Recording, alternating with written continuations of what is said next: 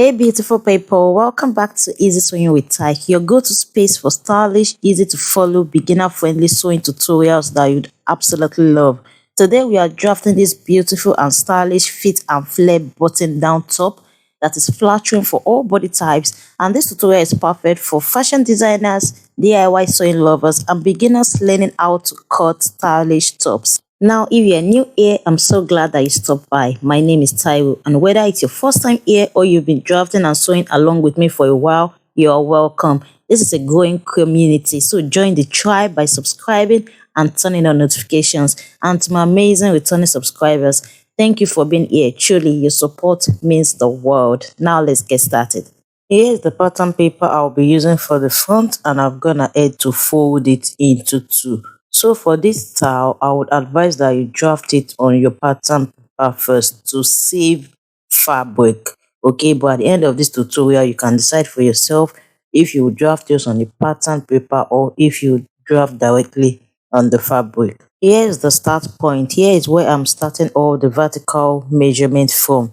Because this is a pattern paper, when I'm transferring this pattern to the fabric, I would add ½ inch for the shoulder joining allowance on the fabric. From the start point, I went ahead to input all the vertical measurement that I'm working with, which is the chest line, the waistline, and the hip line, which also doubles as the full length of the top. As you can see on this top, it has a button, which means we have to create a place for the button placket. So I'll go ahead and measure out 1 inch from the center front. Alright, so unlike a shirt where you can have 2 inches or 3 inches for your button placket because you are going to fold it, for this one, 1 inch will suffice because you are still going to need to add ½ inch to that center front to turn it with a lining. Alright, so there's no need for you to use as much as 3 inches because we are not folding this button placket, we are turning it with a lining. Moving on, I went ahead to input the shoulder measurement. So the shoulder measurement divided by 2 because our paper is on fold. The shoulder measurement is 15. 15 divided by 2 is 7.5. So I started that measurement after the button placket, okay? Do not make the mistake of including that button area in your measurement. Start all your measurement after that red line. So I went ahead to input the same shoulder measurement on the chest line and I rolled it across. For the neck width, I used 2.5.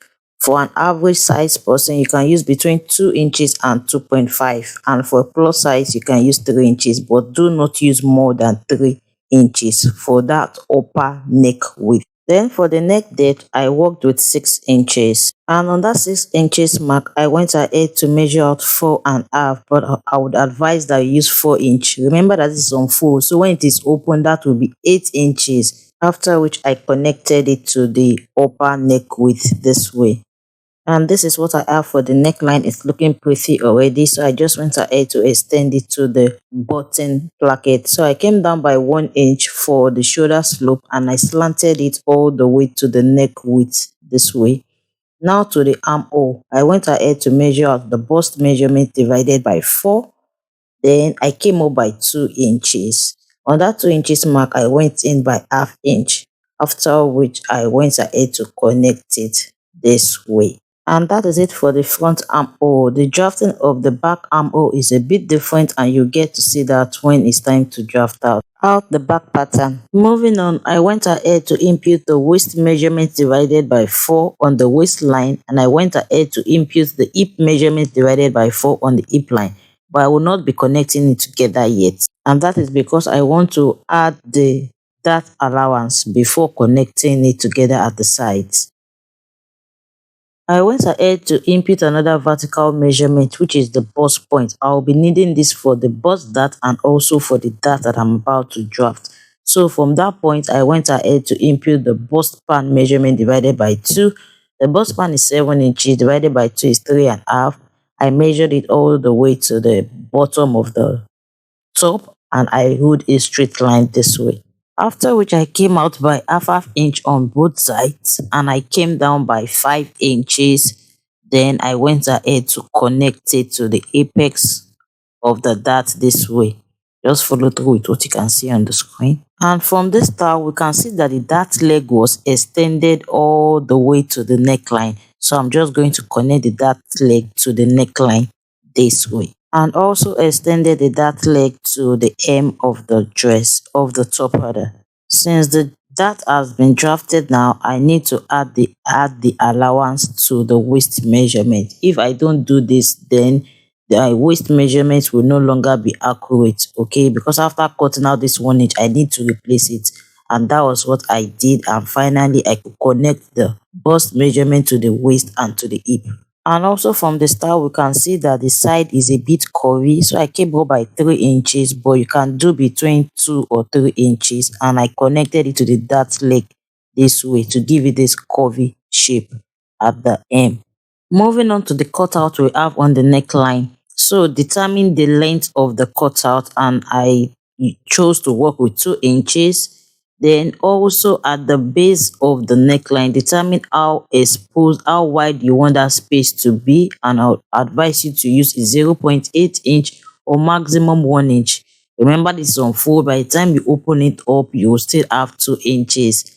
And please add allowance to all of this when you are transferring to your fabric, because if you end up sewing it like this, then it would even be wider. For example, if you don't want to add allowance, you can use half inch instead of the 0.8 that I advised. When you open it up, you would have 1 inch. By the time you use another half inch to sew the two sides, then at the end of the day, you would have 2 inches for that space. So I hope you understand that. And moving on to the bottom part, I came up by 5 inches, and for the space I used 1 inch.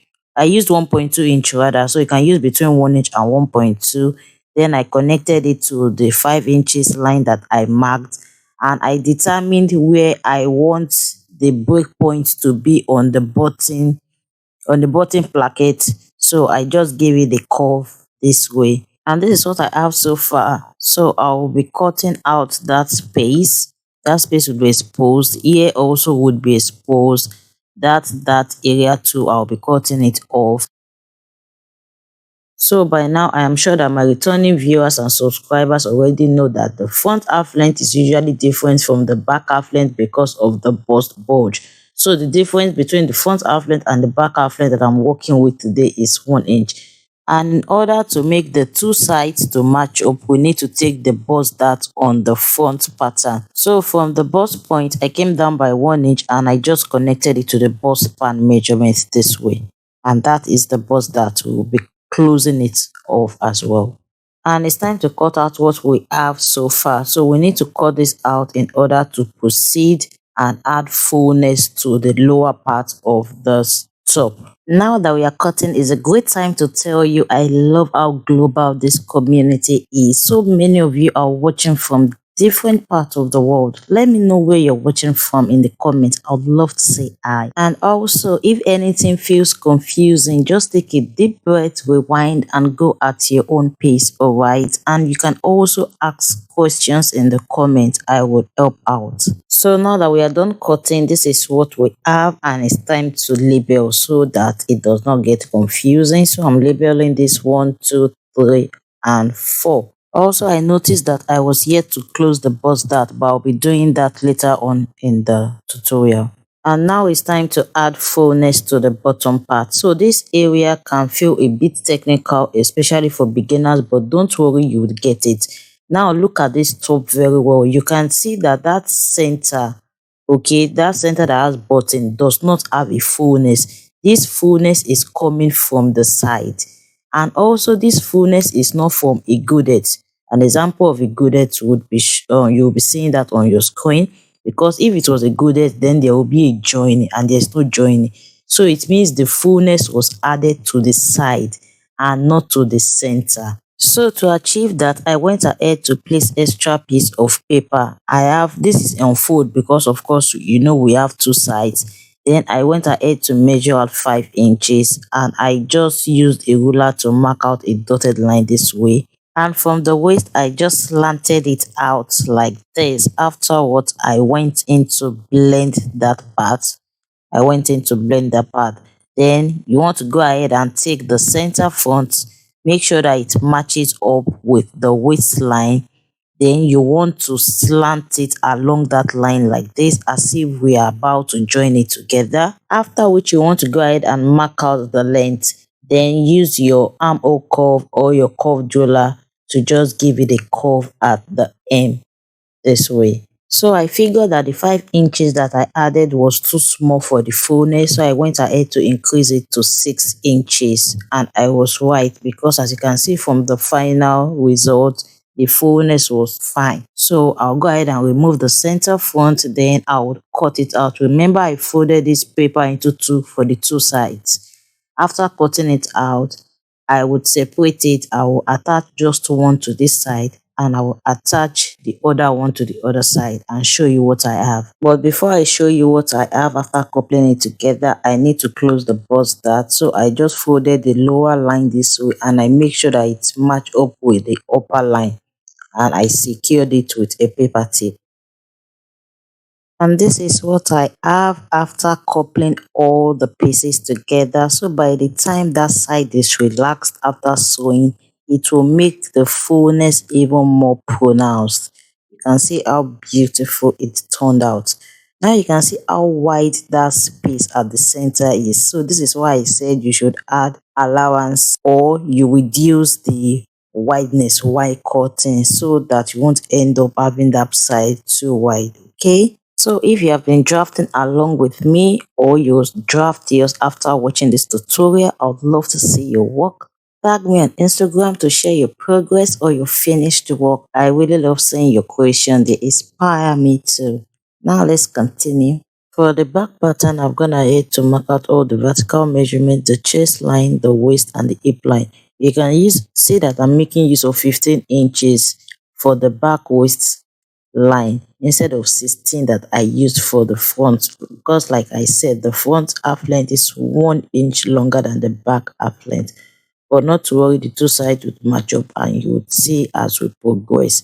So for the neck width, I'm making use of 2.5, and the neck depth, I'm making use of 1 inch. So I just connected that together. It's a basic neckline.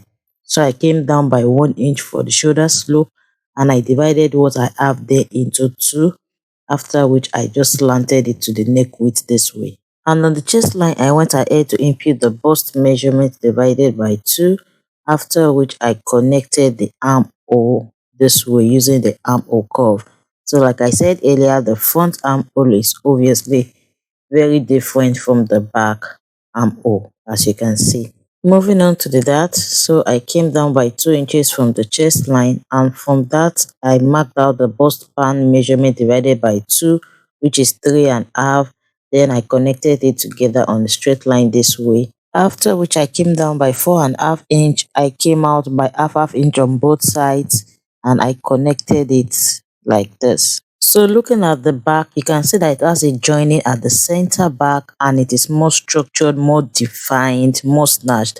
Here is how to obtain that. So on the waistline, you just want to come in by half inch. You just want to do a back tightening. Then connect it to the chest line that way, and connect it to the hip line that way. So we'll be cutting this part out. Alright. By the time you do this, that back would be more snatched and structured. Basically, what we are doing is back tightening. But if you do it this way, then the back pattern will no longer be on fold. It will have a joining. Alright. So I went ahead to impute the waist measurement divided by 4. I make sure to add 1.5 inch extra, 1 inch for the dart allowance and half inch for that back tightening allowance. Then on the hip line, I went ahead to impute the hip measurement divided by 4, and I connected the 3 lines together this way. After which I came up by 3 inches and just gave it a curve this way, just like I did for the front part. So on that mark that way, I went ahead to remeasure the hip measurement, okay, just to add extra fullness to this back pattern. And I connected it to the waist measurement that way. And as you can see, that is the front pattern. I'm placing it up to the back pattern, and you can see that everything matched up, even though the half length that we used for the front was different from the one we used for the back. That is the importance of that bow dart that we took on the front pattern, okay? And this is the armhole. You can see that the front armhole is deeper than the back armhole. So at the side, you want to make sure you add your sewing allowance. You want to make sure that you add ½ inch to this place because to have a joining. Add allowance to the hem. Add the shoulder joining allowance. For the front too, like I said, you want to add allowance at the shoulder joining. Add sewing allowance to the side, either 1 inch or 2 inches. Add allowance to the hem. And at this button area, add the 0.5 inches allowance also to turn it with the lining. And it's a wrap for today. Thank you for spending your time with me. If you enjoyed this tutorial, kindly give it a like and share it with someone who loves sewing too. Your support helps this community to grow, and I'm truly grateful you're a part of it. I can't wait to see your draft or finished tops. Don't forget to tag me on other social media platforms. It's Easy Sewing with Taic on Instagram, Facebook, and TikTok. Till I come your way again in my next tutorial, take care and happy sewing. Bye.